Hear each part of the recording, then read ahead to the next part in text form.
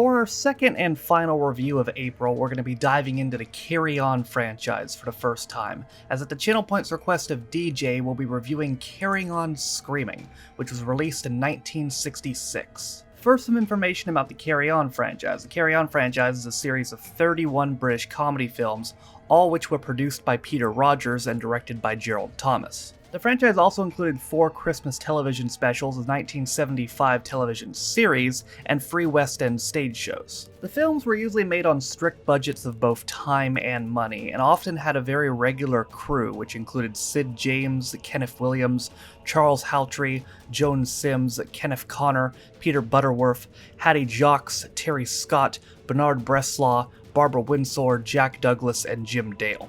This film, Carry On Screaming, is the 12th of the 31 films, and a regular cast includes Kenneth Williams, Jim Dale, Charles Hattree, Joan Sims, Bernard Bresslaw, and Peter Butterworth. The film's lead, however, is actually Harry H. Colbert, who made his only appearance in a Carry On film. Sid James was originally supposed to play the lead, but he was committed to a pantomime at the time. Also, Charles Hattree was added at the 11th hour because American distributors requested him specifically, as he was very much a hit in America. The film was made on a budget of about £200,000, and I'm not sure how much it made back as it's not disclosed. As for what the film's actually about, well, it follows Detective Sergeant Sidney Bung and Detective Constable Slowbottom as they try to unveil the mystery of some missing women. And it appears this mystery might have more to it than they ever could imagine, as the people who took these women may not be entirely human.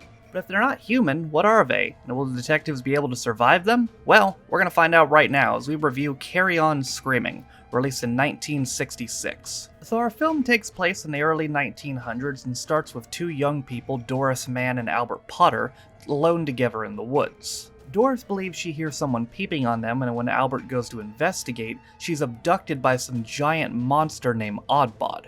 Albert then goes to the police and meets with Sidney Bung and Detective Slowbottom.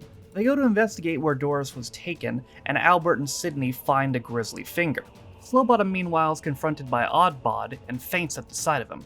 They then see a mysterious house in which they knock on the door, and the giant butler Socket tells them the master is dead, but he'll wake him up anyway. The mistress of the house, Valeria, then uses electrical charge to awaken her undead brother, Dr. Orlando Watt. Dr. Watt meets with the 3 and is initially able to quell their suspicions until his electrical charge runs down and he begins to fade into midair. This naturally freaks the trio the fuck out, and they dip on out of there. Sidney then goes home to his wife Emily, who he gets along with very well, no problems whatsoever, until he's called back into the station. There, the police scientist Dr. Fettle tells him that the finger they found is from some creature that's been extinct for 500 million years. The next morning, the trio go and meet with a man named Dan, who used to be a gardener at the spooky house. Dan is about to tell them about the disappearing girls, but unbeknownst to them, they were followed by Valeria, Orlando, and Oddbod. When Dan leaves the room, he's brutally murdered by Oddbod, who flushes him down the toilet. Back at the police station, Dr. Fettle performs electricity experiments on the finger, which generates another Oddbod, an Oddbod Jr., if you will, which murders him. Back at the spooky house, it's revealed what they've done with Doris. Turns out Orlando and Valeria are making people into mannequins to sell them. Oddbod Jr. also makes his way back to the house, and great, now they got 2 Oddbods. Sidney arrives around the same time and tries to interrogate Valeria, but he's quickly seduced. The next morning, Sidney's in a very good mood, but him and Slowbottom are called down to a mannequin shop, which Albert broke into after finding Doris the mannequin, convinced that it's actually her. He's right, but they have no way of proving it. Orlando and Valeria learn of this, and they realize they have to get the mannequin back. Luckily, Sidney arrives around the same time again, now infatuated with Valeria. Using this, she gives Sidney some sort of potion which turns him into Mr. Hyde, and after he's turned into that, he goes to the mannequin shop and abducts it for them. He then goes home and harasses his wife before waking up the next morning in a bathtub, turned back to normal, and with no remembrance of the previous night's events. After they get a call about the break-in, they bring Albert into the police station thinking that he was the one who did it, but they're able to find that it's not him as the creature had 6 toes, and Albert only has 5. They then realize the only way to draw the Oddbod out is by using bait. Well, who's gonna be that bait? Well, Slowbottom, of course. Unbeknownst to them, they're followed by Emily, who believes that Sidney is cheating on her. She's right, but not with Slowbottom, obviously. Emily's then abducted by Oddbod Jr., which distracts Sidney with the screaming, and when he goes to investigate, the other Oddbod abducts Slowbottom. Sydney also runs into Albert, who was there to investigate himself, and they both team up to make their way into the house. They ask Valeria if she's seen anything, and she feigns ignorance before offering them a place to stay for the night. While they're asleep in the guest room, she drops a snake into their bedroom, which Sydney quickly shoots. The Oddbods then chase them throughout the house until they make their way for a secret passage into the basement down below where they make the mannequins. They reunite with Slowbottom and find the Doris mannequin, which Slowbottom accidentally reanimates. Alright, well, we got Doris back, but unfortunately Sydney finds that his wife has also been turned into a mannequin. They're once again chased by the Oddbods and cornered in the living room before Albert drinks the Mr. Hyde potion thinking it whiskey and throws the Oddbods out the fucking window.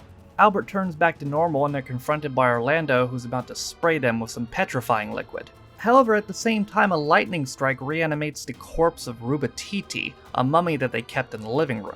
Rubatiti then chases, well, slowly, chases Orlando down to the basement, and they both fall into a vat of burning liquid and die. Technically they are already dead, but now they're like extra dead, and extra crispy.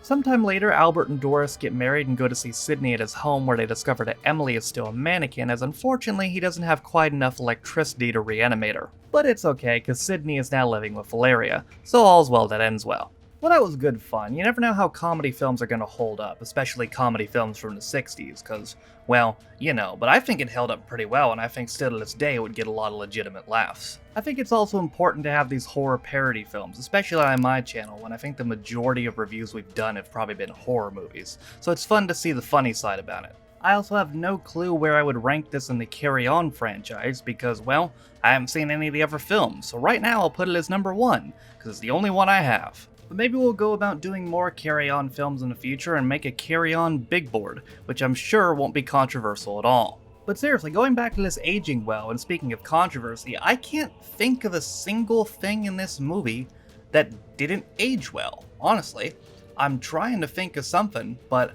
I can't come up with anything. I don't think there's a single thing that was egregious that did not age well in this movie at all.